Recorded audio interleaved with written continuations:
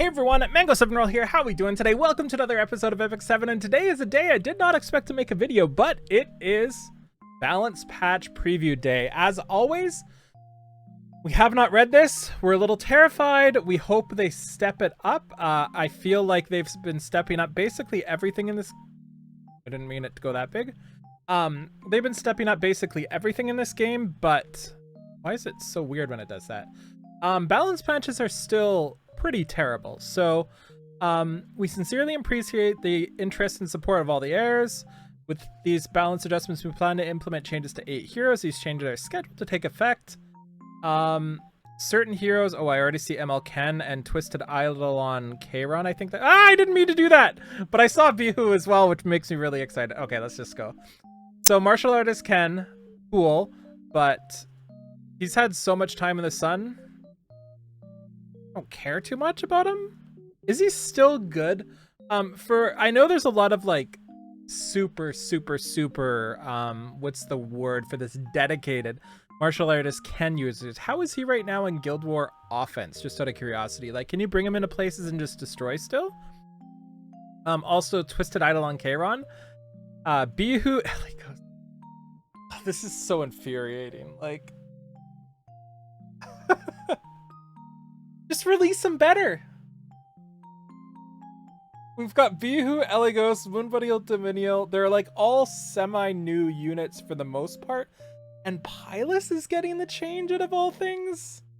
This is more units than usual too, but do notice there are 0 4-star or 3-star Covenant changes. And 6 of the 8 are Moonlights. That's crazy. I guess that's why they're harder to get. They're the ones getting the attention, right? Anyway, let's read this. So I know what Ken does. I don't know exactly what he does, but I know what he does. When I say that, I mean, like, a lot of people say, wow, you don't know anything. You've been playing this game for so long. Like, for example, with ML Ken, he went through some changes. I know he counterattacks. I know he crits. I know he doesn't need crit rate, really. I know there's an ER base, but I don't know exactly, you know, how his skills work and what percents they are. I guess that's more important. So, Knockout before has a 75% chance to decrease the attack for 1 turn, and now it has a 100% chance to provoke. Also, Soul Burn increases damage dealt and successful attacks always result in the crit. Okay, that's really good. I really like this Soul Burn. This Soul Burn is amazing because about 10 seconds ago, I think I said you don't have to build them crit, but you kind of do. With this, I don't think you do anymore, right? Because now you can guarantee the crit when you need it. And that saves a lot of space in his gearing. He also is just going to get a boatload of damage and effect chance here. Cool. Now, Dragon Flame is the counter attack here. So at the start of the battle grants Vigor for 3 turns. Vigor is pretty insane, right? Attack and defense 30% or something like that. I forget the percents again. When an ally except for the caster suffers a crit, counter attacks. Wait. Is this? Wait, when an ally except for the caster suffers a crit? Oh, he's got built-in Elbrus, 100% on... Okay.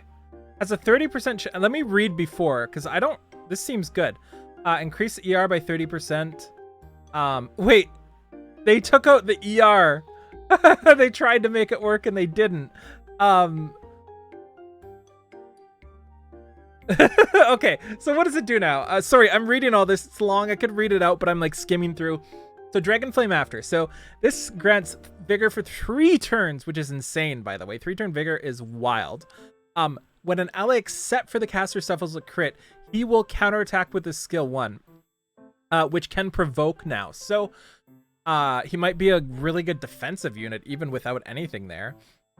And then when he suffers a critical hit, he attacks with Dragon Flame, fires a soul, attacks the enemy with a kick, pens the target's defense by 40%. Always crit. Yeah. Wait, so 40% pen is new. Wow, he got jacked. What does this do here? Soul Burn is just... Oh, wow, they even made it do damage. Okay. ML Ken is vibing. This is awesome. Unless I'm reading this wrong, this is amazing. It looks like there's no ER to do with anything now. It looks like it's all just like insane. This is breaking, like so insane. He doesn't lose anything either. I mean, he loses some CR, but that doesn't matter, especially when he's counterattacking Elbrus-wise. Insane. I'm really happy for this. I was expecting some trash, like what's some trash they would have done? Like, this is what I expected them to do. I expected them to take off Decrease Attack, give him Provoke, next unit, send it off. But they went above and beyond, and this is amazing. I'm really, really happy with this, and I hope this sets the tone for the rest of the balance patch. So, ML Ken will receive enhancement to bolster his critical hit suppression abilities. First, his effect of counterattacking when attacked at a certain rate will be modified to counterattack 100% when an ally, excluding him, suffers a crit. This adjustment will allow him to exert greater influence in battle even when the enemy targeting allies other than himself inflicts a crit. Additionally, the knockout effect triggered by his counterattack will now inflict a provoke. The alteration will make it easier for him to draw the enemy's attention. Yep. Furthermore, the effect resistance boost at the start of battle will be replaced with a vigor buff lasting 3 turns. Sick. That's insane. Lastly, the damage dealt by the coming of Asura will be complete, and its Soulburn effect will be transferred to Knockout. The inclusion of this new Soulburn effect will enable him to amp the damage inflicted by Knockout and guarantee a critical hit. Beautiful. Beautiful, beautiful, beautiful. I also think this is a really good way Soulburn. Like, I really, really, really, really appreciate 10 cost Soulburns. I find them more impactful and fun to use as well. Now Twisted Eidolon KRON. I'm not gonna lie, I don't really remember exactly what he does because it was all over the place and it didn't really do anything. So let's read this through. Wandering Eidolon, before, what it did was he gets a counterattack, stands for 1 turn.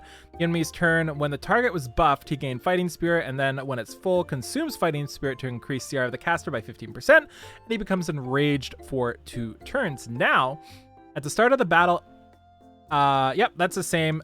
He adopts a counterattacking stance. Now, at the end of an enemy's turn, he just gains the Spirit regardless of whether they have a buff. And when Spirit is full, increase the combat readiness of the caster by 50%. And then the combat readiness of the caster can only be activated once every 3 turns.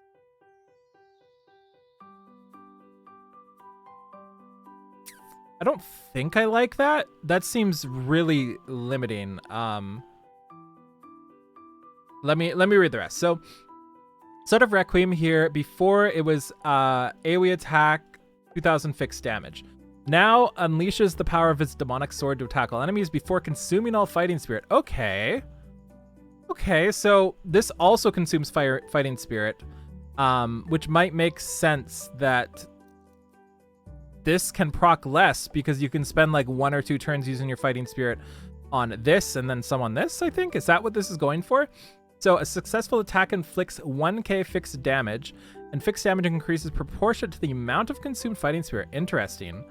Damage dealt increased as well. And then Sword of Requiem Awaken. Oh, this is the Awaken one. Oh, I should have read this one. So it's 2000 instead of 1000, and everything else is the same. Yeah, everything else is the same. So I don't really like this. This seems pretty lame. Every 3 turns seems super unfortunate. I know it's a big CR boost, but I don't really enjoy that. We'll see how much this fixed damage does proportionate to the amount of Fighting Spirit consumed. Not sure what I think on this one. I don't know enough about KRON and how he plays. I mean, I've used him in Guild War. He wasn't fun. I didn't enjoy it, and then I kind of stopped. So, let's see what they say. Firstly, the condition to acquire Fighting Spirit through his skill, Wandering Eidolon, will be eased. Now he can accumulate Fighting Spirit even when the target is not granted a buff at the end of the enemy's turn, enabling him to gain Fighting Spirit more rapidly. Additionally, the skill that consumes Fighting Spirit will be relocated from Wandering Eidolon to Sword of Requiem. This change means that he will no longer be enraged when he has full Fighting Spirit. The combat readiness increase effect will also be adjusted to activate once every 3 turns. Okay, after rereading this, this is pretty cool. So this says consumes all fighting spirit. This doesn't. So that's what makes sense and makes him a lot more interesting now that I understand that. And this is why you read this end part, because this is pretty cool now. So what he does is boosts up a ton of CR every 3 turns. It's going to happen, right? He's going to be full damn fast, right? Especially with 10 fighting spirit every time an enemy takes a turn, and that's extra turns. And then he's going to blow all that fighting spirit to do a ton of extra fixed damage. And also, you don't need the full fighting spirit to use this. You can still use this without being full fighting spirit, I believe. Beautiful. I really like this now. I hope it's good, and we will see. Also, they remove rage, and the base damage dealt by Sword of Requiem will be slightly increased. And then my boy Bihu. So I am one of the ones who plus 15'd, I think, or plus 12'd. I can't remember Bihu. I love fire units. I love burning. So now, all I want in life is him and Araminta to be best buds. So when used on the caster's turn, has a 50% chance to use Incinerate instead of Scorching. Soulburn was 100% chance. Now, attacks enemy with flames burning for 1 turn. When used on the caster's turn, activates Incinerate instead of Scorching Flare. So it's just 100% now. That makes him a lot better. There was not much worse than like Bihuing and never proccing your Scorching Flare to detonate. It was really annoying. So Symphony of... Oof, this doesn't look like enough. Symphony of Radiance with Light dispels 2 buffs from all enemies and makes them unable to be buffed for 2 turns. Increases CR by 50%. Increases CR of all allies except for the caster by 20%. So this might actually be really good. I saw a skill 3, which skill cooldown increase, but I usually don't like that.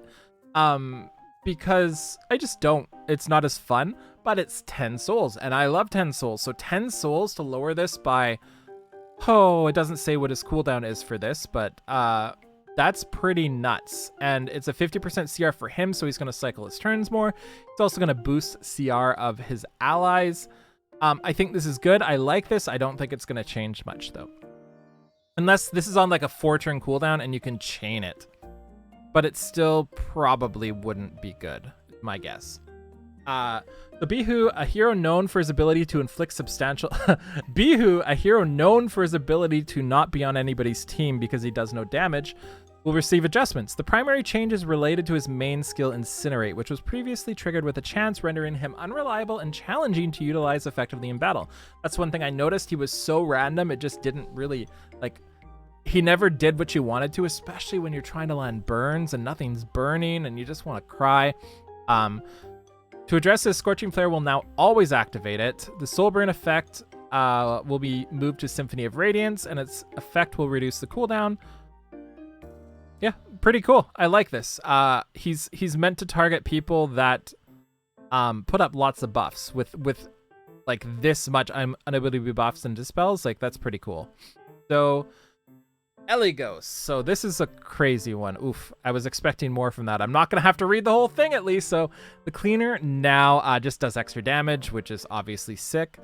And okay, I was so excited. Like at the start, we started with ML Ken and it was so cool and things were great. And they did like all these changes and it was fun to read. Then Wandering Eidolon, and I'm actually decently happy with this. I think this thematically is good. I don't know how this is going to work in practice, but it seems good and fun. Then Bihu, I'm a little bit worse, sadder. And now Eligos gets like 2 lines. So now with Cloak and Trigger, he's going to increase the hit chance of the caster for 2 turns, which is obviously pretty sick. I mean, pretty decent buff, but it's not really doing much, right? Increased damage dealt and then just hit buff. Yeah. So he will have better chance of triggering different effects and landing attacks on enemies, even those with disadvantage or high evasion. That is true. This will be achieved by increasing his hit chance before attacking the enemy when he uses his skill Cloak and Trigger. Cleaner is activated while he still has the increased hit chance buff. Will also apply the increased hit chance to Time Bomb. This will help inflict damage more consistently. Additionally, the damage dealt by Time Bomb will be slightly increased, making it easier for him to suppress enemies. I mean, this is a good change. We'll see how it turns out. Moon Bunny Dominion, I believe I just summoned her, right? I think I just summoned her. Did I just summon her? I remember summoning her. I don't know if it was a dream. We'll get back to you next Guild War. Attacks the enemy with an ethereal moonlight wave and has a 75% chance to put them asleep for 1 turn. So I don't know what the Molagoras are here. I don't know if that goes up to 80% or 85% or 100%. But 15% more is always good. I imagine it would go to 100%, right? Because usually things that sit at 60 end up at like 75-ish? 85-ish? No. Either way, it's good. Now, flow control after. Now, it increases ER by 30% instead of 20%. And at the start of the enemy's turn, dispels all debuffs from all allies and grants skill nullifier once. Cool. And what did it do before? At the start of an enemy's extra turn, grant immunity and barrier to all allies for 2 turns. Spells, I mean, I guess skill null and dispelling all is better for sure. Yeah, that's better for sure. And then you can focus on the skill enhancement here. The thing is, I don't know if the skill enhancement is incorporated into here, so I don't know if we are getting 30 or 40%. It makes sense it's 30 because it's 20 here. Then this here goes up to 30, but generally they don't include these in that. So maybe it's just up by 10% base, and then you get the extra 10 from skill enhancement on top of that. That's what would make sense for me, but I guess we'll see. And now, in accordance with the divinations, increases attack of all allies, and then it grants skill nullifier once to the caster. Okay.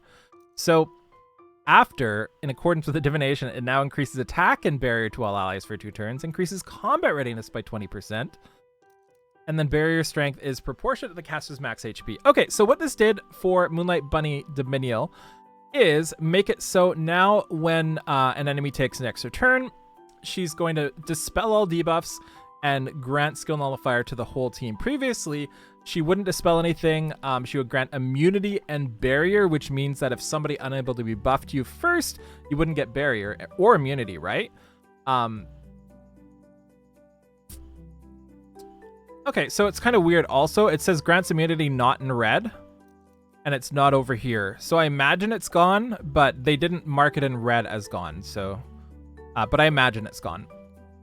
And then when she takes her turn, she can then barrier all her allies after she got rid of all the debuffs we had on it, and also the barrier strength is here as well. So that's pretty cool. I like this. I think this is a good change. I don't know how she worked in practice. I know what she's supposed to do. I haven't had a chance to use her yet, but I don't know how much this changes things for how she's used or what she can be used against. Somebody who plays Bunny Dominion, let me know in the comments below. Like, was she unable to attack into Ran, for example, before, and now because of the debuff removal, she can attack into Ran? Is that the whole like situation there? Anyway, let's see. Moon Bunny will see improvements to enhance her ability to protect enemies from enemies who can grant extra turns. Her skill Flow Control will be changed to dispel all debuffs from all allies at the start of an enemy's turn, ensuring that allies receive buffs without concern for debuffs. Furthermore, Flow Control will now grant a skill null instead of barrier, providing more reliable protection against the enemy's attack. Yeah, I mean, these are all good changes. I'm happy with that. Crescent Moon Rin. I love this unit. I wish she was better, and I wish I could use her more. So, Heckle before grants a random buff to the caster. Now 40%. I love 40% chance to stuns. I love it when the soul burn is 100% chance too. I'm already gonna use her. Anybody with a stun on her skill 1 are BFFs with me because I love stunning on skill 1. So attacks the enemy with lavish dance. I'm gonna read the left first because I don't remember what she does. It's been so long, right? So I catch her before, attacks the enemy with a lavish dance, stunning for 1 turn before stealing 2 buffs and granting their effects to all allies. Now, attacks the enemy with a great lavish dance and steals 2 buffs, granting their effects to all allies before stunning the target for 1 turn. Okay.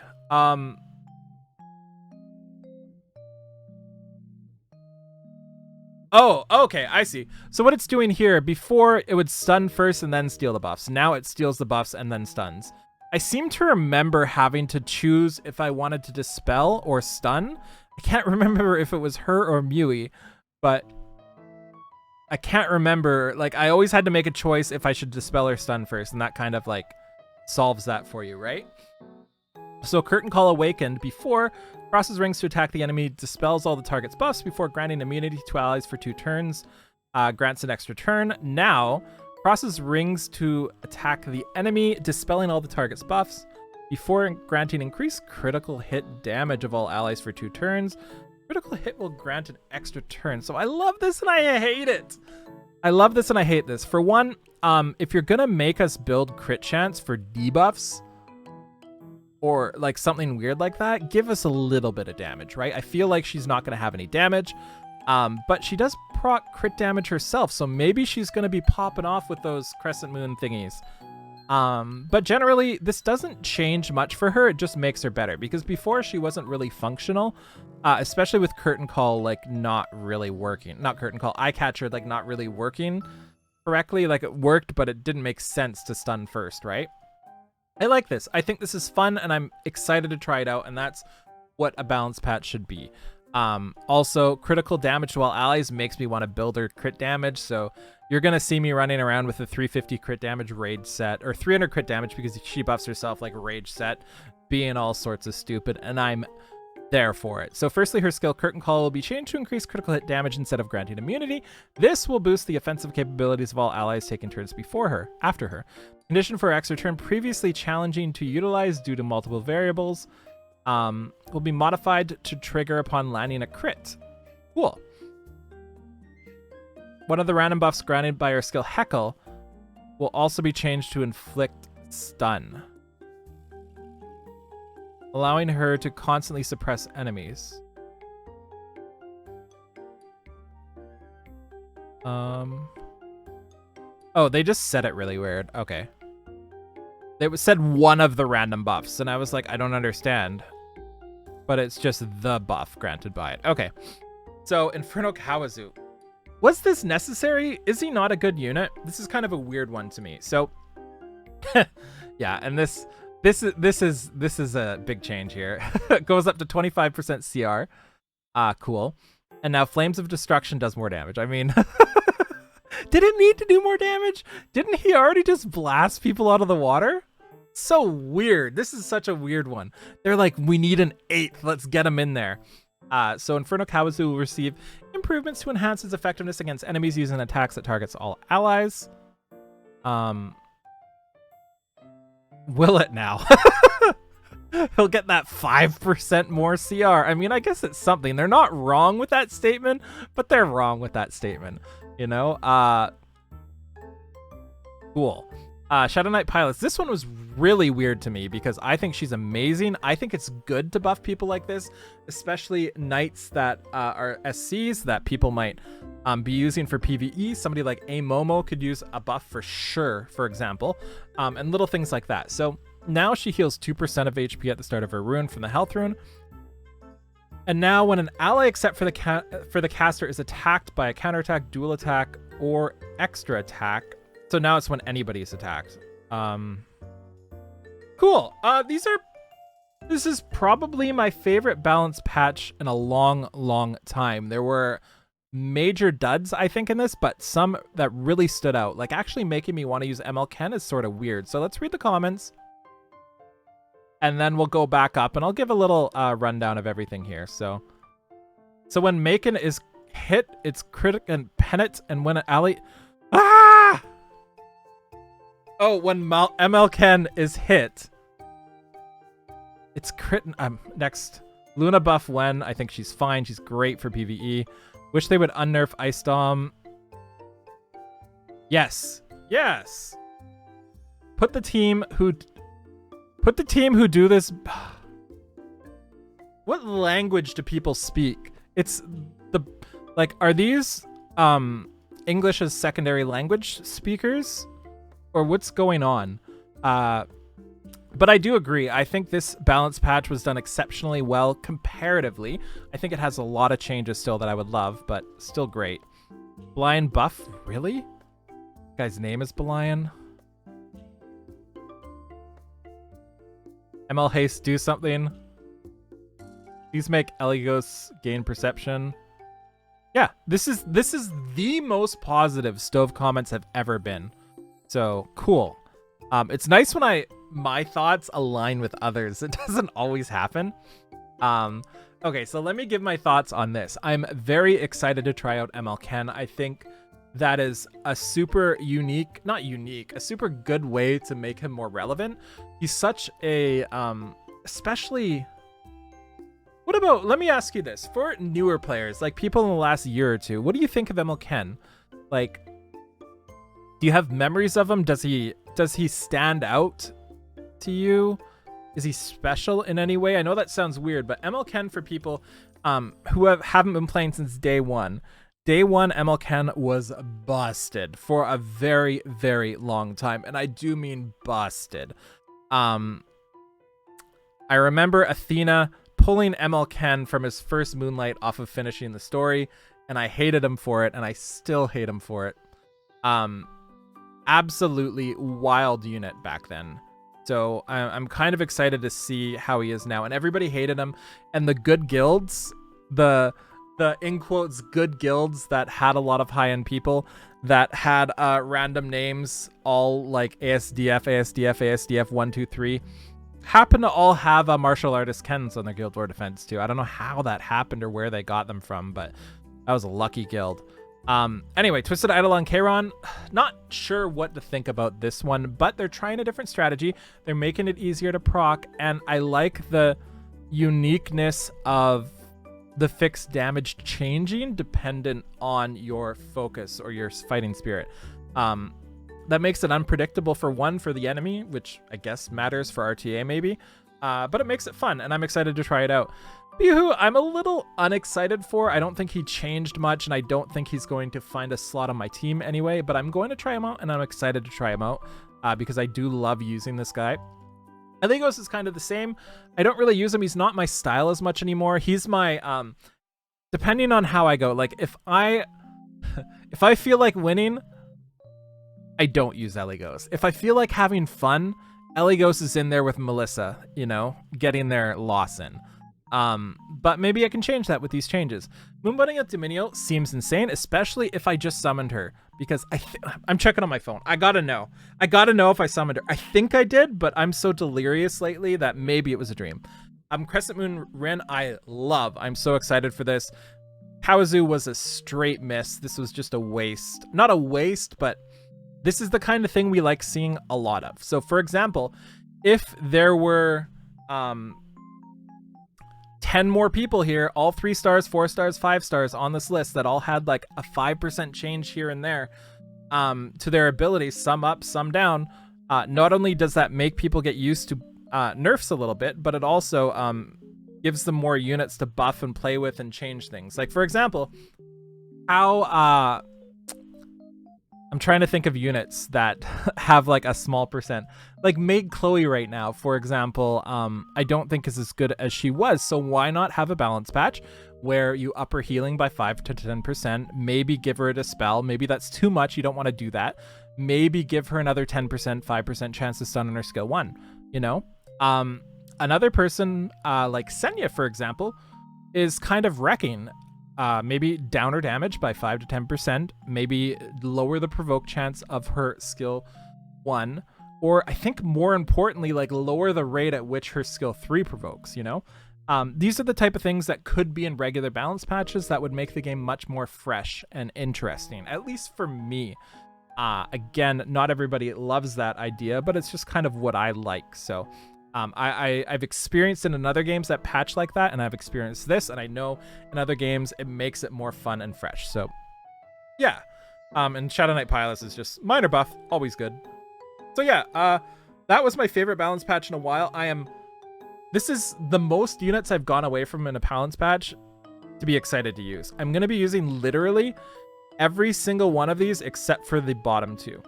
And I still will use Pylus, and I still will use Kawazu every now and then, but not to try the patch, because I don't think the patch changed much. But these ones I'll all be trying and experimenting with the patch, which is insane. Okay, it's the moment of truth, everybody. Are you ready? Are you ready for this? 30 minutes in, we're going to find out if I actually summoned... her, or if it was in my head. Acquisition, sorting by acquisition, sorry. She's a 4-star, right? 4-star. Yes! Okay, there she is, there she is, there she is. She's right there. Okay, I did summon her. It wasn't a dream. Everything's fine. Thank you so much for watching. Feel free to like, comment, subscribe as always, and I'll talk to y'all later. Bye, everybody.